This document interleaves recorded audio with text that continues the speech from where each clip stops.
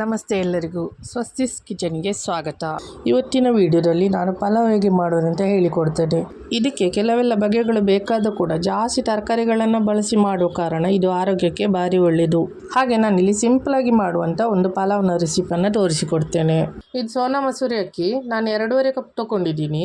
ನಾನು ಇದನ್ನು ಚೆನ್ನಾಗಿ ತೊಳೆದಿಟ್ಟಿದ್ದೀನಿ. ಇದಕ್ಕೆ ನೀರು ಹಾಕಿ 10 ನಿಮಿಷ ನೆನೆಸಿಡಿ. ಜಾಸ್ತಿ ನೀರು ಹಾಕೋದು ಬೇಡ, ಮುಳುಗುವಷ್ಟು ಸಾಕು. ಹಾಗೆ ಪಲಾವ್ಗೆ ಪೇಸ್ಟ್ ಮಾಡಲಿಕ್ಕೆ ಅರ್ಧ ಕಪ್ಪಷ್ಟು ಕೊತ್ತಂಬರಿ ಸೊಪ್ಪು, ಅರ್ಧ ಕಪ್ ಪುದೀನ, 1 ನೀರುಳ್ಳಿ, 1 ಟೊಮೆಟೊ, 2 ಹಸಿಮೆಣಸು, ಅರ್ಧ ಇಂಚು ಶುಂಠಿ ತೊಗೊಂಡಿದ್ದೇನೆ.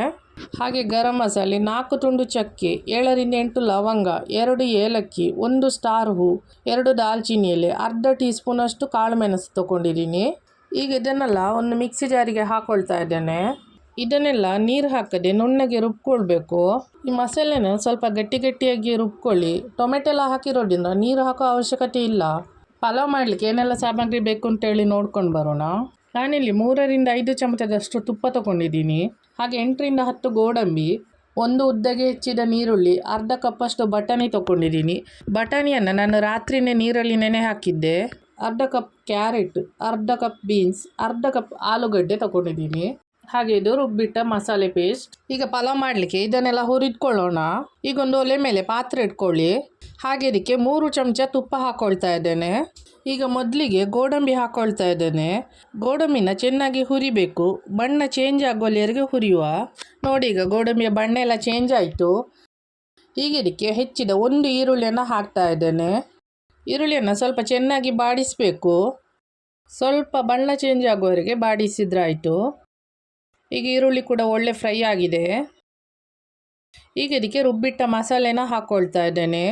ಈಗ ಹಾಕಿದ ಪೇಸ್ಟ್ ಉಂಟಲ್ಲ, ಅದು ಸ್ವಲ್ಪ ಹಸಿ ವಾಸನೆ ಹೋಗೋವರೆಗೂ ಸ್ವಲ್ಪ ಈ ರೀತಿಯಾಗಿ ಬಾಡಿಸ್ಕೊಳ್ಬೇಕು. ಈಗ ಈ ಪೇಸ್ಟ್ ಎಲ್ಲ ಸ್ವಲ್ಪ ಹುರಿದ ನಂತರ ಇದು ಡ್ರೈ ಆಯಿತು. ಇದರಲ್ಲಿ ತುಪ್ಪ ಎಲ್ಲ ಕಮ್ಮಿ ಆಯ್ತು. ಈಗ ಉಳಿಸಿದಂಥ ತುಪ್ಪದಲ್ಲಿ ಇನ್ನೊಂದು ಚಮಚ ಹಾಕಿಕೊಳ್ತಾ ಇದ್ದೇನೆ. ಈಗ ಇದನ್ನೊಂದು ಸಲ ಚೆನ್ನಾಗಿ ಮಿಕ್ಸ್ ಮಾಡಿಕೊಳ್ಬೇಕು. ಈಗ ಇದಕ್ಕೆ ಹೆಚ್ಚಿದ ತರಕಾರಿ ಹಾಕ್ತಾ ಇದ್ದೇನೆ. ನೆನೆಸಿದ ಹಸಿ ಬಟಾಣಿ, ಸಣ್ಣಗೆ ಹೆಚ್ಚಿದ ಬೀನ್ಸ್, ಸಣ್ಣಗೆ ಹೆಚ್ಚಿದ ಕ್ಯಾರೆಟ್ ಹಾಕ್ತಾ ಇದ್ದೀನಿ. ಇದನ್ನೊಂದು 5 ನಿಮಿಷ ಚೆನ್ನಾಗಿ ಹುರಿಬೇಕು. ಈ ಕ್ಯಾರೆಟ್, ಬೀನ್ಸ್, ಬಟಾಣಿ ಎಲ್ಲ ಹಾಕಿ ಒಂದು 3 ನಿಮಿಷ ಕಳೆದ ಕೂಡಲೇ ಇದಕ್ಕೆ ಹೆಚ್ಚಿದ ಆಲೂಗಡ್ಡೆ ಕೂಡ ಹಾಕ್ತಾ ಇದ್ದೇನೆ. ಆಲೂಗಡ್ಡೆ ಬೇಗ ಬೇಯೋದ್ರಿಂದ ಅದಕ್ಕೆ ಸ್ವಲ್ಪ ಲೇಟ್ ಹಾಕಿದ್ದು. ತರಕಾರಿ ಎಲ್ಲ ಹಾಕಿ ಇದನ್ನೊಂದು 2-3 ನಿಮಿಷ ಚೆನ್ನಾಗಿ ಫ್ರೈ ಮಾಡಿಕೊಳ್ಬೇಕು. ಈಗ ಇದಕ್ಕೊಂದು ಮುಚ್ಚಳ ಮುಚ್ಚಿ ಒಂದು 5 ನಿಮಿಷ ಚೆನ್ನಾಗಿ ಬೇಯಿಸ್ಕೊಳ್ಳುವ. ಈಗ ತರಕಾರಿಯಲ್ಲಿ ಒಂದು 50% ಅಷ್ಟು ಕುಕ್ ಆಗಿದೆ. ಈಗ ಇದಕ್ಕೆ 5 ಕಪ್ಪಷ್ಟು ನೀರು ಹಾಕ್ಕೊಳ್ತಾ ಇದ್ದೇನೆ. ಯಾವ ಕಪ್ಪಲ್ಲಿ ಅಕ್ಕಿ ತೊಗೊಂಡಿದ್ದೇನೆ ಅದೇ ಕಪ್ಪಲ್ಲಿ ನಾನು ನೀರನ್ನು ಕೂಡ ತೊಗೊಂಡಿದ್ದೇನೆ. 1 ಕಪ್ ಅಕ್ಕಿಗೆ 2 ಕಪ್ ನೀರಿನ ಲೆಕ್ಕ. ಇನ್ನು ಇದಕ್ಕೆ ರುಚಿಗೆ ತಕ್ಕಷ್ಟು ಉಪ್ಪು ಹಾಕ್ಕೊಳ್ತಾ ಇದ್ದೇನೆ. ಉಪ್ಪು ಕಡಿಮೆ ಆದರೆ ಮತ್ತೆ ಬೇಕಾದರೂ ಹಾಕ್ಕೊಳ್ಬೋದು. ಇನ್ನು ಇದಕ್ಕೆ ಒಂದು ಮುಚ್ಚಳ ಮುಚ್ಚಿ ಚೆನ್ನಾಗಿ ಕುದಿಸಬೇಕು. ನೋಡಿ, ಈಗ ಇದು ಚೆನ್ನಾಗಿ ಕುದೀತಾ ಉಂಟು. ಈಗ ಇದಕ್ಕೆ ತೊಳೆದಿಟ್ಟ ಅಕ್ಕಿಯನ್ನು ಹಾಕ್ಕೊಳ್ಬೇಕು. ಅದರ ನೀರನ್ನೆಲ್ಲ ಚೆನ್ನಾಗಿ ಸೋಸಿಕೊಂಡು ಅಕ್ಕಿಯನ್ನು ಇದಕ್ಕೆ ಹಾಕ್ತಾ ಇದ್ದೇನೆ. ಇನ್ನು ಇದನ್ನು ಒಂದು ಸಲ ಸರಿಯಾಗಿ ಮಿಕ್ಸ್ ಮಾಡಿಕೊಳ್ಬೇಕು. ಉಪ್ಪೆಲ್ಲ ಕಮ್ಮಿ ಇದ್ದರೆ ಈ ಟೈಮಲ್ಲಿ ಹಾಕ್ಕೊಳ್ಬೋದು. ಇನ್ನು ಇದಕ್ಕೆ ಮುಚ್ಚಳ ಮುಚ್ಚಿಟ್ಟು ಹದ ಹುರಿಯಲ್ಲಿ ಬೇಯಿಸ್ಕೊಳ್ಬೇಕು. ಜಾಸ್ತಿ ಉರಿಯಲ್ಲಿಟ್ಟರೆ ನೀರು ಬೇಗನೆ ಆರಿ ಹೋಗ್ತದೆ. ಹಾಗೆ ಇದನ್ನು 5 ನಿಮಿಷದ ನಂತರ ಒಂದು ಸಲ ಚೆನ್ನಾಗಿ ಮಿಕ್ಸ್ ಮಾಡಿಕೊಳ್ಬೇಕು.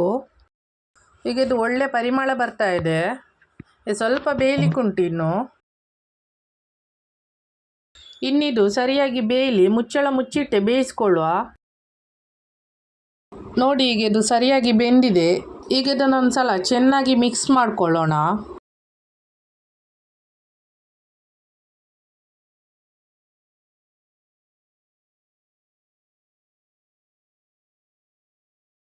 ಇನ್ನಿದಕ್ಕೆ ಉಳಿಸಿಟ್ಟ ಸ್ವಲ್ಪ ತುಪ್ಪನ ಹಾಕ್ಕೊಳ್ಬೇಕು. ಮತ್ತೆ ಇದಕ್ಕೆ ಸ್ವಲ್ಪ ಕೊತ್ತಂಬರಿ ಸೊಪ್ಪನ್ನು ಮೇಲಿಂದ ಹಾಕಿ ಒಂದು ಸಲ ಚೆನ್ನಾಗಿ ಮಿಕ್ಸ್ ಮಾಡಿಕೊಳ್ಬೇಕು.